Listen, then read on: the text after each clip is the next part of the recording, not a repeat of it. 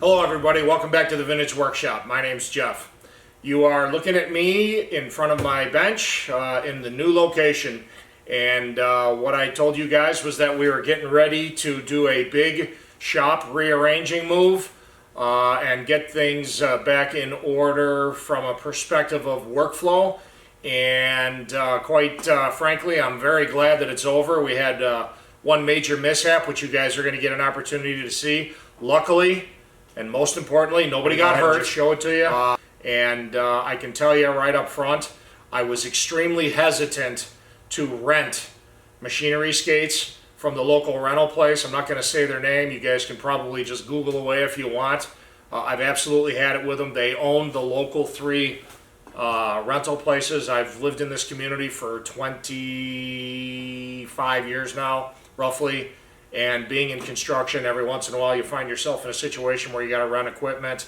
I try to own my stuff because I use it frequently, but in this case, my only option was to rent. And so I rented a set of 14-ton, actually no, excuse me, yeah, no, 28-ton machinery skates from, they were Hillman roller skates.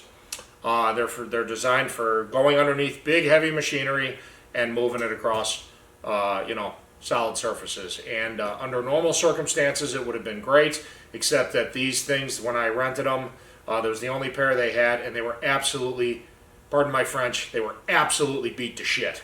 They'd already been welded back together 3 different times, and I should have just never have taken them, but at any rate, I rented them. We got the mill, which weighs 7,000 pounds, moved with the pallet jacks. I didn't even use the skates until we got the mill over in its spot, and I'll show you everything in a little bit at the end of the video.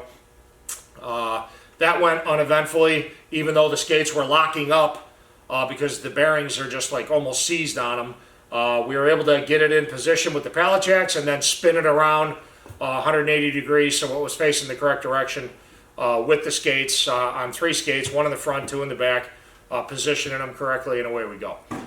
Then it came to moving the big lathe, and the Monarch is a 1957 Monarch Series 61. It's one of my prized possessions. It's in outstanding physical condition, even though it's dirty because of oil use and whatnot. But let's just say that the skates failed me big time, and I'm going to go ahead and let you guys watch the video. Why would you buy it again? All right. Pallet jacks.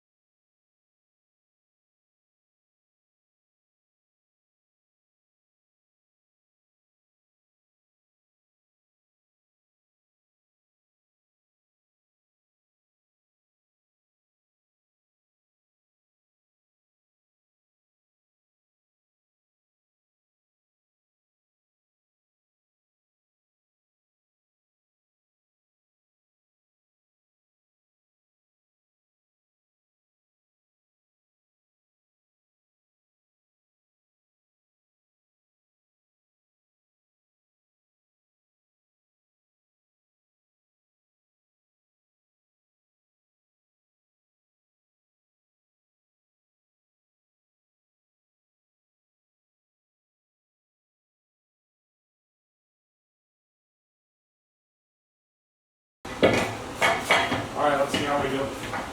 Hang on, I gotta get mine in. Let me know when you're ready. Ready. Slow. Wow! Are you okay?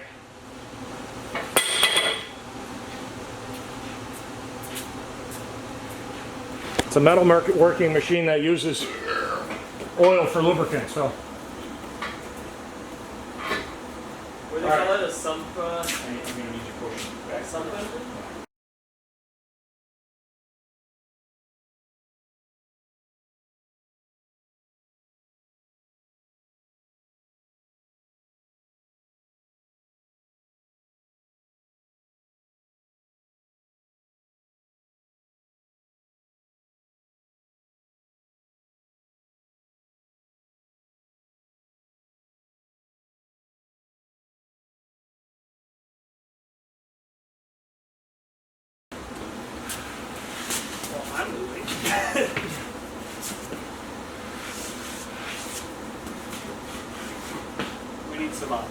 help.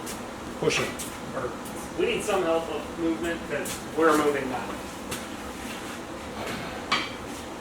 How's it looking on? It's good. It's good. All right, stop.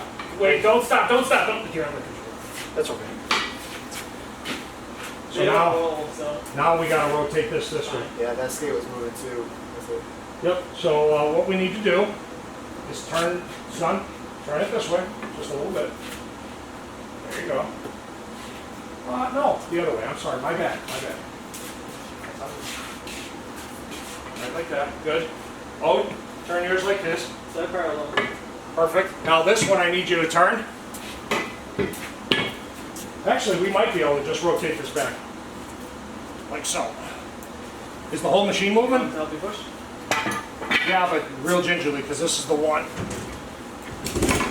Whoa. Dragon? Yeah. Yeah, they're jumping. Yeah, that one's not right, so let's I'm gonna mean more. I agree. This way? No, straight. Yeah, because we need that to come this way, rotating in. Pull it out and go to the far side and rotate it straight in. Leave yours the way it is though. I want yours going If they're in. not lined up, they're gonna pop. That's what happened last time. They Well, have to be able in to line. rotate. This way? Keep going. Okay.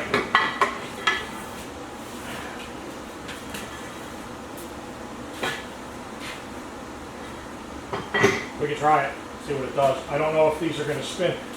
The idea here, go ahead, turn it, keep going. The idea here is that the machine and the base pivots without turning these. But these things are so roached out and beat up.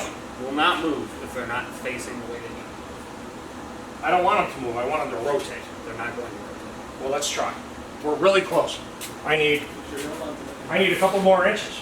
That's literally, I'm on an angle by like 4 inches. I don't want you coming this way. We're taking this end, moving it this way, that end stays right where it is. Okay. Right where it is good, okay? So then, not a real hard push. Yeah, we're rotating. Yeah, this is good. We went too far. Right there, oh my God, it moved so easy. I think we actually just now Is this figured where out. it's going? This is where it's going. Oh, okay. This is it. This is the spot. This is the spot. All right. This is the spot. For some reason, I thought you were going And guys, that way in there. we didn't break it. Almost. We almost broke it. It's a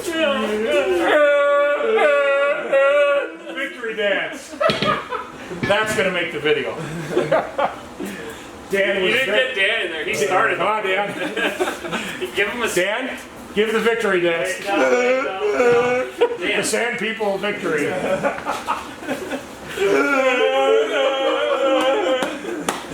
All right, guys, let's get this thing down on blocks. And then if you guys want, I will buy you brunch. Still get one brunch. Yeah, does Tony want food? Let's all vote. So yeah, that was exciting. Let me tell you, got the heart rate pumping in a major way when when the Monarch slid off the skate. Luckily, and it's a testament to the quality and the thickness of the castings on these old vintage machines.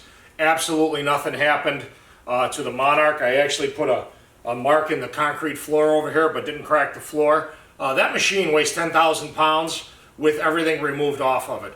So by the time you dress it up with chucks and you know, some work in there and all the rest, you could easily get up into the neighborhood of 13,000 pounds with a workpiece in there. So at any rate, we were able to safely move it across the shop floor, and that brings me to, you know, just one little bit of word of advice for you guys. If you guys decide to, you know, a lot of you already probably have some old vintage machinery. Some of you don't, and one of the number one complaints that I hear from guys when they talk about possibly buying some larger equipment for themselves is they don't have the ability to move it. And I just wanted to cover this with you really quickly. Don't want to spend a lot of, you know, time, you know, on it. If you guys have any specific questions, you can leave it in the comments below, and I'll be happy to, you know, tell you everything that I've learned and everything that I know. But these two pieces of machinery and have become completely invaluable to me since starting to upgrade my equipment to the heavier industrial stuff. With these two pieces of machinery, I can move literally every piece of equipment in the shop. When I first purchased the Monarch a couple of years ago, I moved that over into this corner with 2 pallet jacks and some help from the trucking guy who helped me push it, and I brought my Bobcat in and pushed the 2 pallet jacks that were underneath it with a big 8x8 piece of timber. So where there's a will, there's a way, and that's kind of a crazy move, but in most cases, most of the machines in the shop are in the 2,000 to 3,000 pound range, which is a lot of weight, but I am able to pick up 90% of my equipment for lifting it up onto a trailer with this shop hoist with some convenient rigging of the lift straps. I mean, guys, you can get these at the your local Farm and Fleet or Tractor Supply or Horror Freight, I guess. And these things are rated at 6,400 pounds a piece.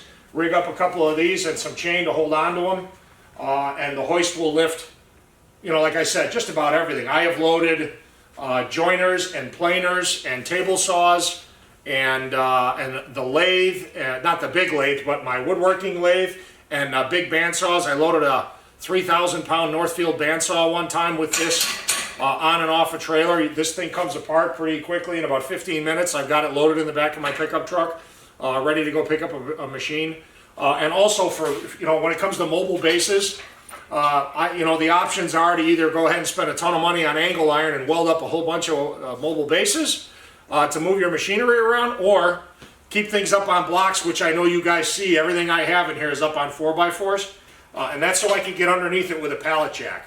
The pallet jack is basically my mobile base, and as you saw in the video, I have this one here. I picked this up 8 years ago in Rockford, Illinois, which is 50 minutes away. I paid $50 for it. It ended up needing, one of the wheels was locked up on it. It needed bearings. I got them from my bearing source, 10 bucks. So very inexpensively, got this back in shape, and I mean, it works perfect. It's rated for 5,500 pounds. And then you guys saw the other orange one that we were using to move the lathe around as well. And I bought that last year for $75 on Craigslist.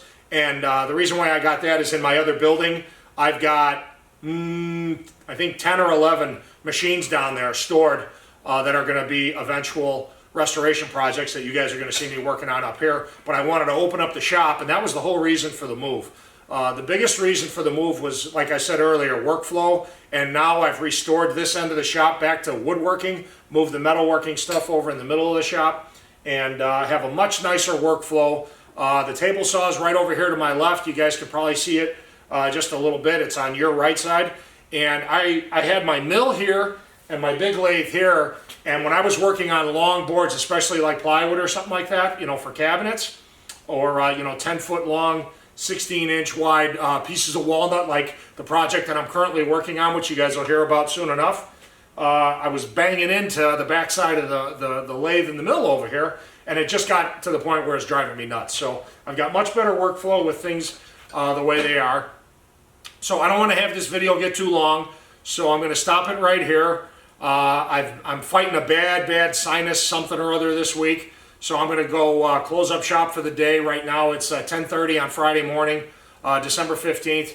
I'm going to call it a day, go rest, drink some hot tea, and get back at it again tomorrow. The next video I'm going to do for you guys, because quite a few of you have been asking, is to do a full shop tour of where everything is presently situated. I do need to clean it up a little bit. We literally just got done moving this yesterday, and I was feeling so poorly that I just left a lot of stuff out. So I'm going to go ahead and start getting everything back in its place, get the place cleaned up so it doesn't look like a pigsty, and then I'll give you guys a full shop tour and show you what I've done with all the machines and how much better it already looks like it's going to work as far as machinery flow. Right now I've got machines situated all around the shop so that I basically don't have to move anything in order to use it, and that's really important to me. I want to be able to just walk up to a machine, turn it on, use it, and go, instead of having to reposition 3 machines out of the way so I can use one.